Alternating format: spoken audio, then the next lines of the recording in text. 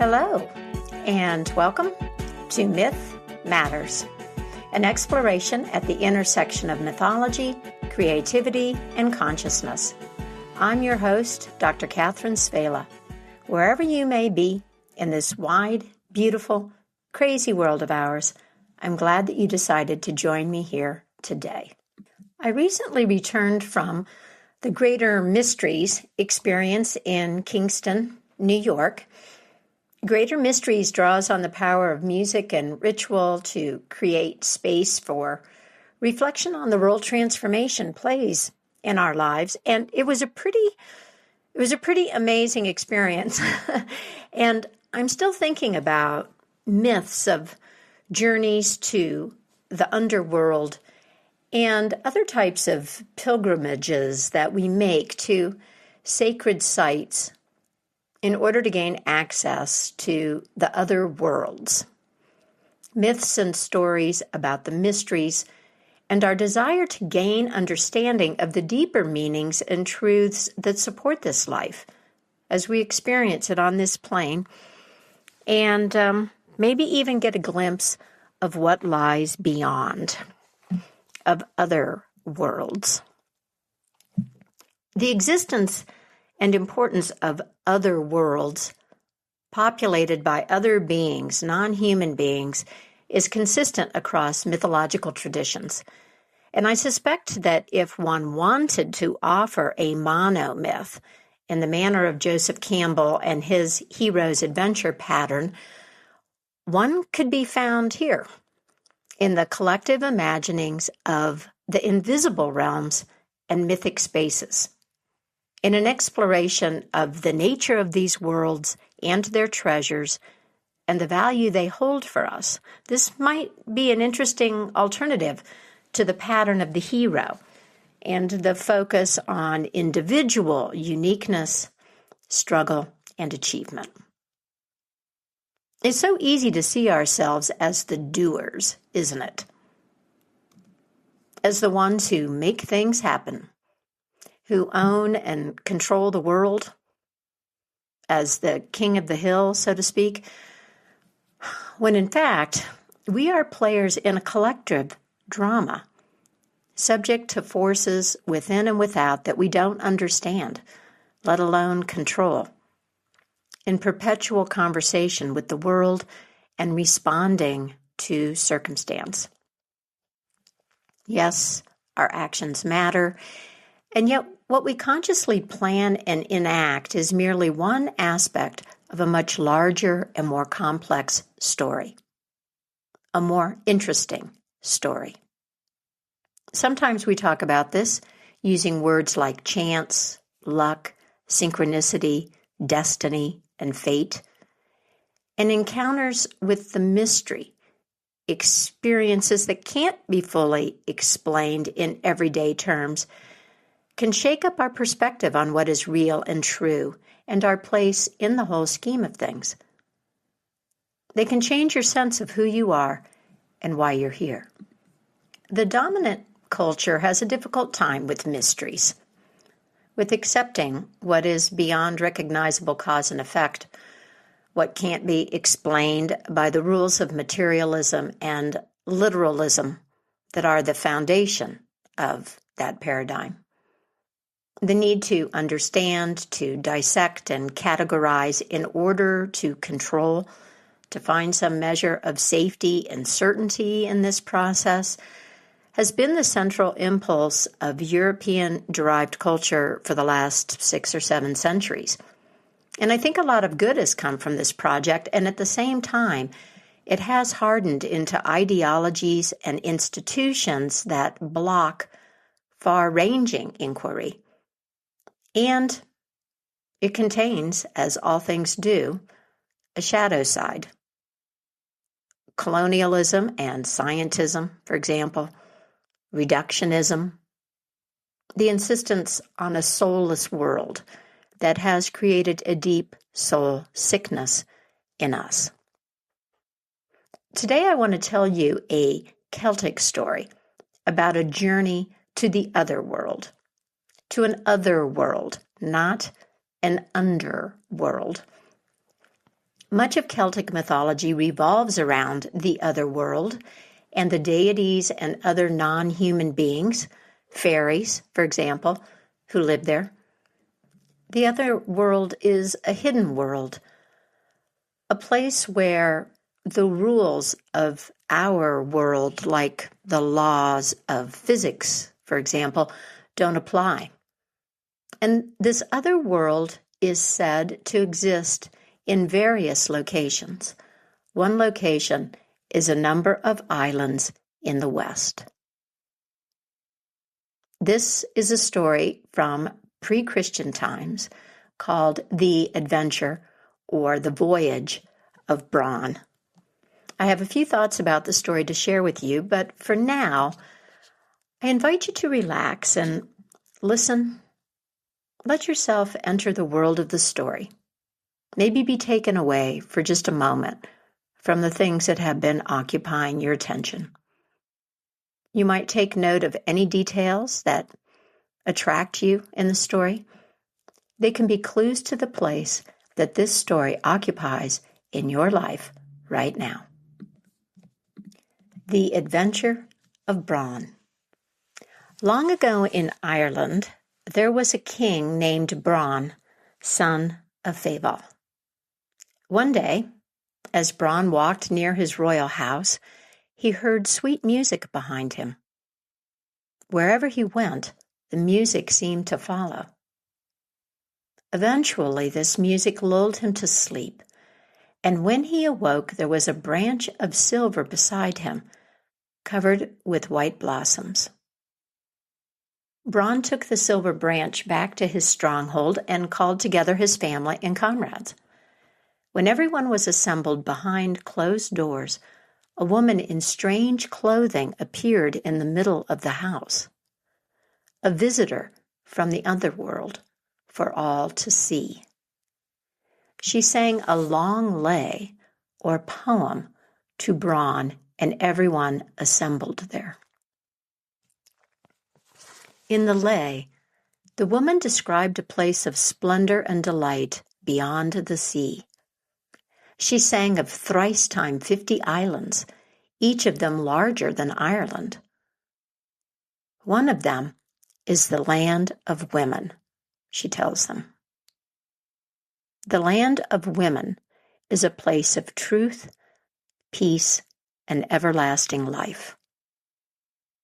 Unknown is wailing and treachery in the familiar cultivated land, she sang. There is nothing rough or harsh, but sweet music striking on the ear. Without grief, without sorrow, without death, without sickness, without disability. She sang of an enchanted, timeless place. 50 verses she sang, and ended the lay with these words. Not to all of you is my speech, though its great marvel has been made known. Let Bran hear from the crowd of the world what of wisdom has been told to him. Do not fall on a bed of sloth. Let not intoxication overcome you. Begin a voyage across the clear sea, if perchance you may reach the land of the women. Then the woman left, and the silver branch, which was a branch from an apple tree in Evans-Wentz, the other world, sprang from Bran's hand to hers and disappeared along with her. The next day, Bran set sail with 3 companies of 9 men each headed by one of his foster brothers. After 2 days and 2 nights, the men met Manannán mac Lir, riding in his 2-wheel chariot over the sea. Manannán, the sea god, told Bran that what appeared to his mortal eyes as the sea is solid earth. Where you see waves and sea from, the god told him, I see orchards and a grassy plain covered in flowers, with warriors going to and fro across it in their chariots. This other world is one of Manannán's homes. the god told Bran that he was on his way to Ireland, where he would beget a son with a mortal woman, a son who would become a great warrior. Manannan went on his way, and Bran went on his way, and the company came to the island of Joy. There they saw a large crowd of people laughing and gaping. All the people stared at him, but they would not answer his calls, so Bran sent a man ashore to investigate this strange situation. As soon as his foot touched the shore, the man began to laugh and gape just like the others. He ignored the frantic calls of his comrades, and eventually Bran and the others left him there. They sailed farther and reached the land of women. The lead woman came to the shore and greeted Bran. She invited him and the men to join her and the rest of the women, but Bran was wary after seeing what happened to the man who went ashore at the island of Joy. Then the woman threw a magical clue, a ball of yarn, at Bran's head, which stuck to his hand when he caught it. She then pulled the boat to shore by the thread. When they landed, the men were taken to a beautiful house where food was set before them. The table never emptied, no matter how much they ate. Each man paired off with a woman, Bran with the leader, and there was a bed for every couple. Every day was full of games, music, and laughter.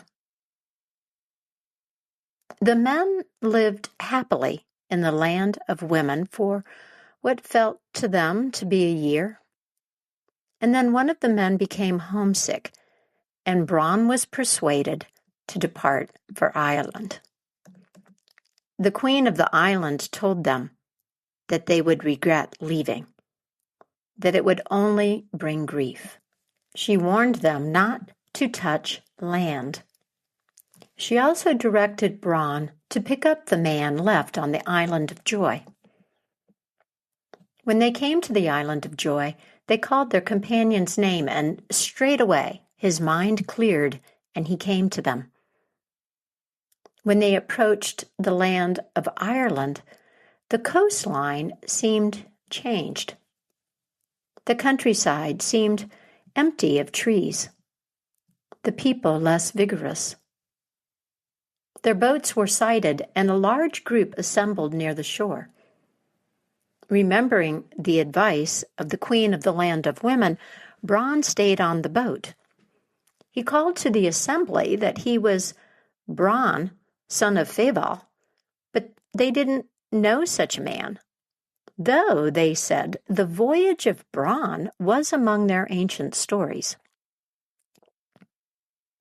The homesick man eagerly jumped ashore, but as soon as he touched the ground, he became a heap of ashes, as though he had been dead for many hundreds of years. What felt to Bran and his men like a year or so had been generations in his old world. Bran told the assembled people of his wanderings, and he wrote the verses in an alphabet based on the symbolic meaning of trees that is associated with poetry and magic.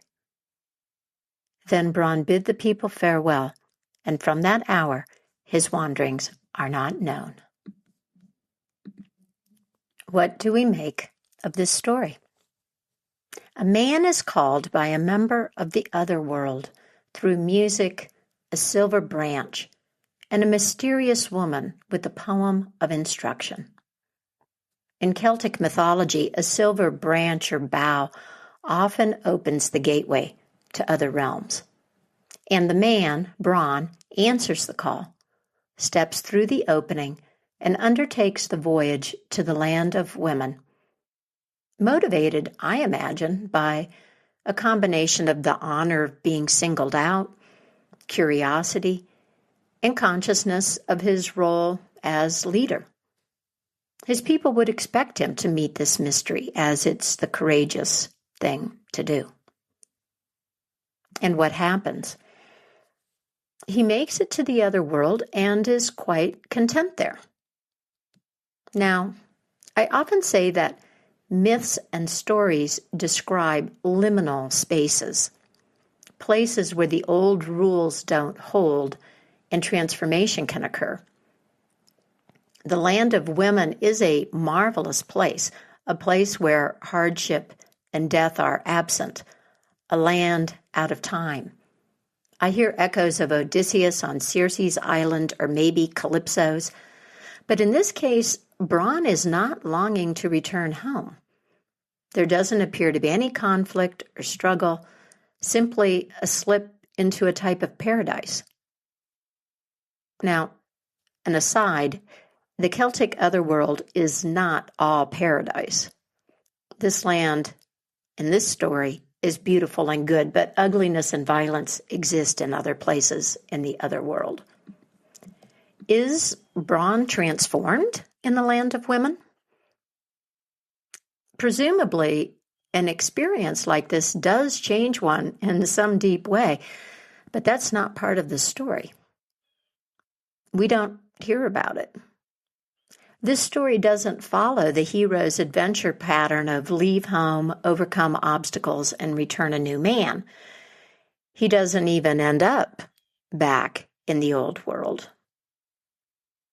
We wouldn't have the story and know what little we do know if it weren't for the homesick man and Bran's willingness to be persuaded to go back, likely motivated by the same curiosity and leadership qualities that got him into his ship the first time.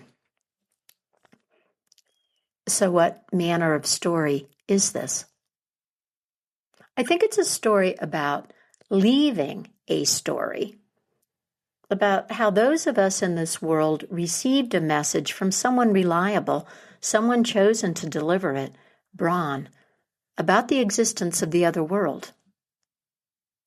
When Bran and his men return to this world, they learn that time doesn't operate in the same way in the land of women. All that they once knew is long gone, and yet the story of Bran's leaving remains. It's legend and or history, becoming myth. But that story is the story of a man who left in response to a call and disappeared. When Bran returns, he's able to tell the people, to tell us, more about his voyage. He even writes it down.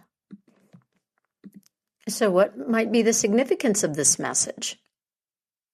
Of having this story about the existence of the other world? What's the value in having such a story today? I mean, we could say, well, Bran was an important figure to these people way back when, so they'd appreciate stories about him, just as we appreciate stories about important figures, historical and fictional, today. But who among us knows about Bran now? And people in times past believed in stories about the other world and women leaving silver branches behind, but today, many of us do not take this as literally true and might not even find metaphorical meaning in it. Although, as metaphor, as image, I must say, I find this story very rich. Our myths and old stories describe mysterious experiences and psychological processes. They convey information, they offer companionship and entertainment, and they inspire us. For me, Bran's story points to the presence of the timeless in coexistence with our familiar temporal plane, that place of creativity or contemplation where everything falls away. The absorption in the moment is complete. The story offers me a way to imagine this experience. I hear material for poetry and other art. And I feel this story at work in my psyche as a catalyst for curiosity and wonder about the mystery. The story inspires so many questions. What did the women in the land of women want from the human men they called, and Bran in particular? Did they want this story told, or did another type of exchange take place? Reciprocity governs all relationships, including the ones between the worlds. Could I be called? Have I been called? And what of the homesick man? I guess it's not surprising that in a group of 28, one would not want to stay. What does his homesickness say about him, his experience in the other world, and his attachment to what he left behind? Was his homesickness a failure on his part? Would I be the homesick man? His homesickness was certainly necessary to the story that we received. Maybe the value in such a story for us today is the questions that arise. The questions and a sense of wonder about the nature of this world, a world that we don't fully understand, with dimensions and places that lie beyond our understanding. The wonder and mystery in a story like this are an invitation to stay open and alert to a larger reality, one that's not contained in the headlines or the result of human intention. A world of possibility that stirs an enlivening curiosity, if we allow that. I have a poem for you, but first, let's pause to welcome new subscribers. I also have a couple of announcements. Welcome to new email subscribers: Faye, Darlene, Judy, Betty, Shiana, Dominique, Geraldine, Martin, Sally, Dan, Gabrielle, Joanna, Karina, and Sally. Welcome to Myth Matters. If you would like to receive links to new Myth Matters episodes in your inbox, go to my website, mythicmojo.com, to get on the email list.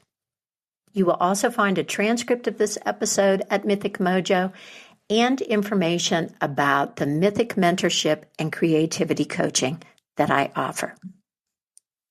A couple of announcements.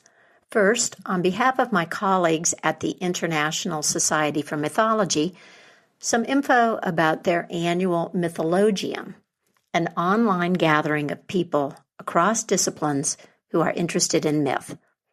This is not limited to academics. The Mythologium will take place March 13th to 15th. This is online, and the theme is Mythic Imagination. Although the event is some months away, ISM is currently accepting proposals to share different types of work at this conference.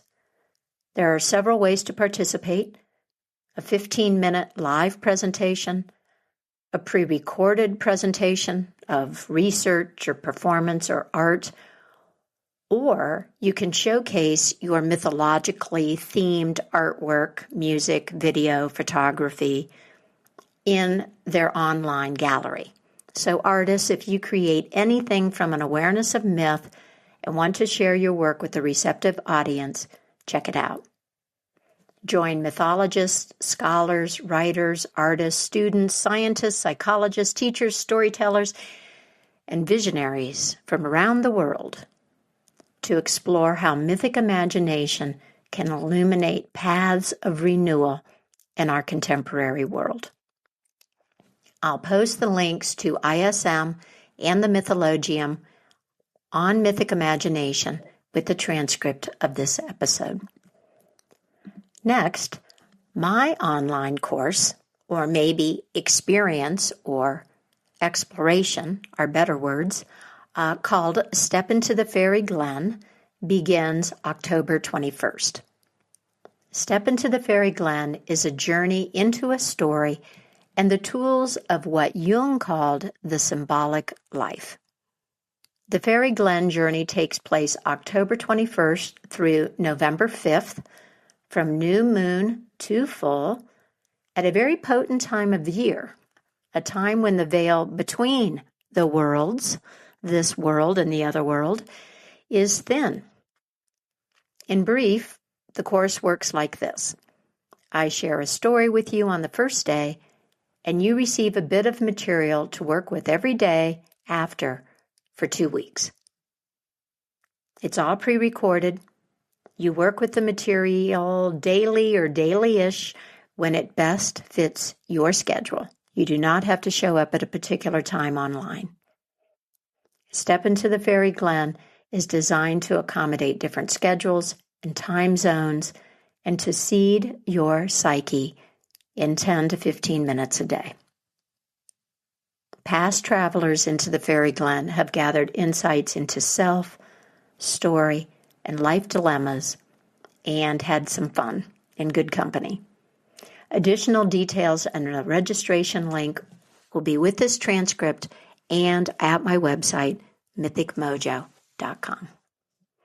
Now more than ever, my friend, we need to hold space for mystery in our lives and feed the creative fires that light the way through the darkness. I hope you'll join me in the Fairy Glen. Now, I must mention my Patreon patrons and supporters on Bandcamp. Making Myth Matters for you as I do, resisting the addition of advertising and all of that stuff, makes these folks and their financial support absolutely essential. A big thank you to new patron Luke for joining me on Patreon, and to Kelsey, Linda, and Sam for their ongoing support. Thank you so much. If Myth Matters is adding something valuable to your life, and you can afford to send a few dollars a month my way, please find me on Patreon. And thank you so much for your support of Myth Matters in whatever form makes sense for you, whether that's posting a positive review, joining me on Patreon, or telling others about this podcast.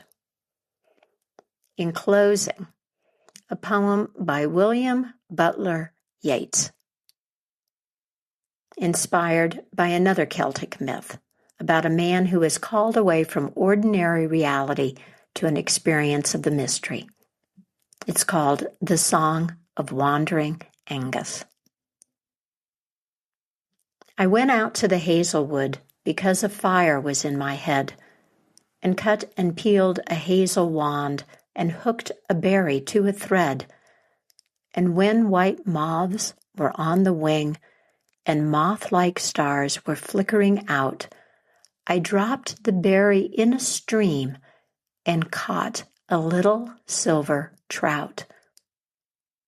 When I had laid it on the floor, I went to blow the fire aflame, but something rustled on the floor, and someone called me by my name.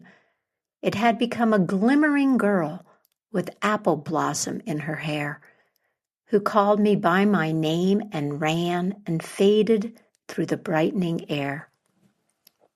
Though I am old with wandering through hollow lands and hilly lands, I will find out where she's gone, and kiss her lips and take her hands, and walk among long dappled grass, and pluck till time and times are done the silver apples of the moon, the golden apples of the sun.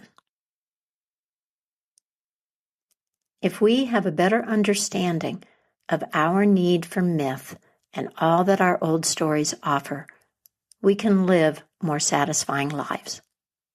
We can inhabit a better story and create a more beautiful, just, and sustainable world. In my view, my friend, this world and this vision depend on wonder and mystery. Wonder and mystery. And that's it for me, Catherine Savela, and Myth Matters.